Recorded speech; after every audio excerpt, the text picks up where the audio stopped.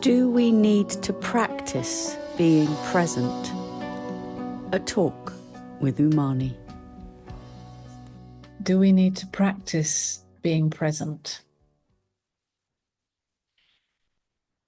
And I feel like we are so used to making effort in some way that we assume that in this too, we need to make effort.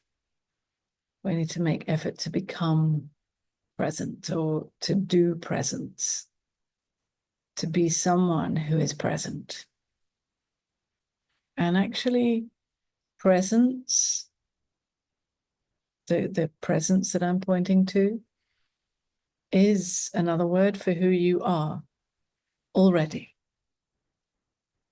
But for the mind, this is radical. This is shocking even, because it somehow assumes that I am separate from presence. I'm not that, and I need to become that, or I need to try to maintain that. Or perhaps there are memories of having been present, and the mind wants to get back there, to do it again, to bring it into a permanent state of some kind for me, right? That's what the job of the mind is, to do something for me to be able to be someone in the world. But true presence is our nature. It is our most natural state. Everything is already happening presently. In fact, it cannot not be present. The nature of the mind is that it deals in time.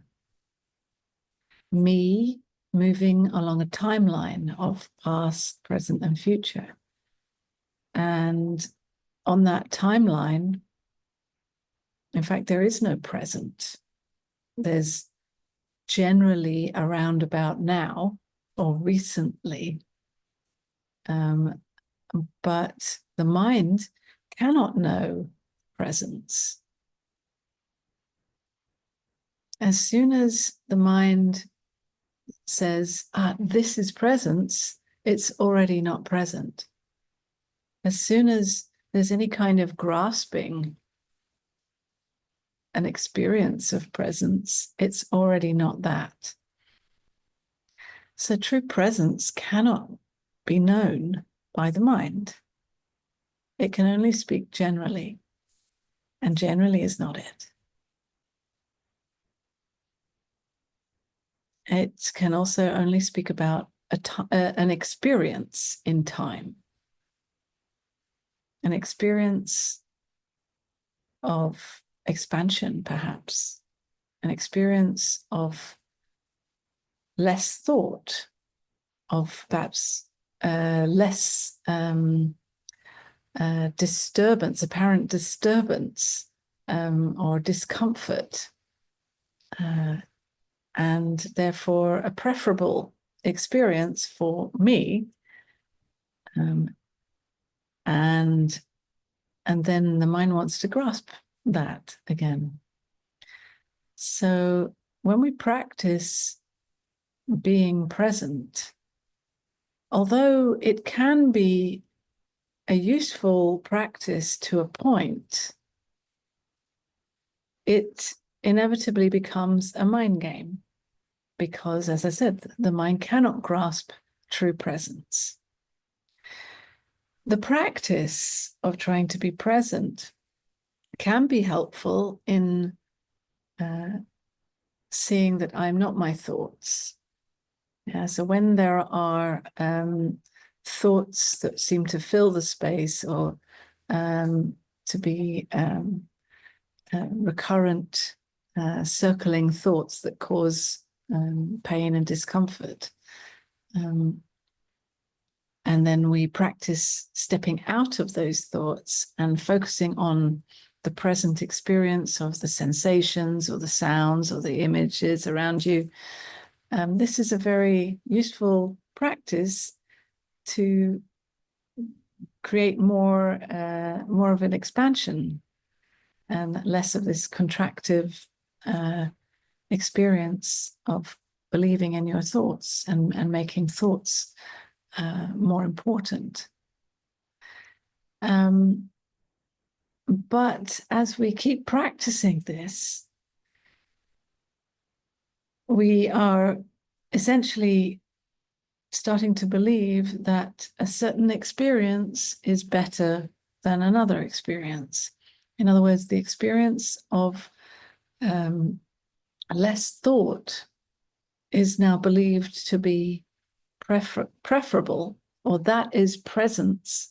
And then when there are thoughts, that is not presence. And I don't like that. I don't want that. Which creates this split or separation and reinforces this search, the seeking for something better for me.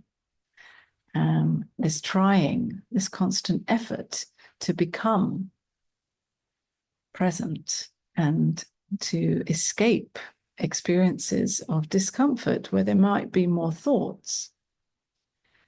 But if we see that actually every experience is happening presently, no matter what, then even the experiences of a busy mind, discomfort, circling thoughts, is all happening already presently. This is the end of effort. And for the mind, this is radical, because it wants to become, it wants to fix the experience. It wants to become a better person, a more enlightened person. It wants to clear the space. It wants to clean up all the mess. But actually, in meeting the reality of the experience just the way it is, we meet presence. We meet who we really are as presence. We then see that no matter what the experience is, presence is undisturbed, unaffected by a busy mind or any uncomfortable sensations. It's not about the experience. It's not about fixing any experience. It's not even about giving any relevance to the experience. And I'm not to say that we dismiss the experience, but when we are fixated on endlessly trying to fix the experience, we are overlooking presence. We are overlooking the presence that is always present.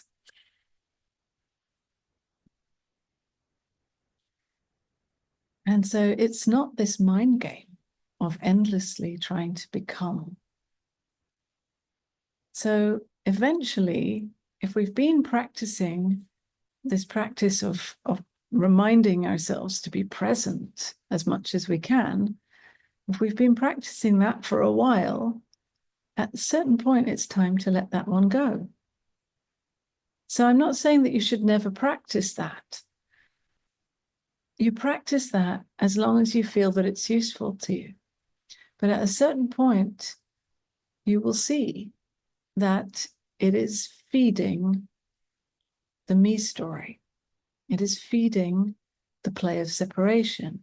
It is feeding this effort to become more, better, to fill a gap that will never be filled by any experience. And so when you see that, you let it go. And then you start to see that all the mess that you were trying to clean up with this practice of trying to be present, it is all happening presently. And this is refreshing, actually. This is relaxing also, because it's the end of trying. And it's falling back into who you really are. Presence, always untouched. Nothing to do. It's already here. There is no time. There's no past or future. Any past or future is only ever happening presently. The memories of the past happening presently. Imagination or planning for the future happening presently. Any thoughts about what about this or what about that happening presently. Any sensations happening presently. Everything is happening presently. There is no time, there is no space, there's no distance. It's not happening over there. It's happening presently here. Always here, in and as who I am. And any time this is available, in every moment, it is always available to be acknowledged, to be seen, to be recognized. And we can't practice recognizing that. We can practice stepping out of thoughts, but eventually we have to see that the thought that says we need to step out of thoughts is also a thought. Any practice to become other than what is a mechanism to escape something that thought deems unacceptable, not included in this present experience. So when we meet what we have exiled, what we have apparently we've been believing is not included, and we welcome it home again and say that actually everything is always included. There's a deep relaxation. It may not fit your ideas of how your experience should be. It may not appear to be perfectly spiritual. It may not fit an experience of presence that you might have had in the past, in the apparent past. But you start to see the presence that is beyond all of that. Presence that you are.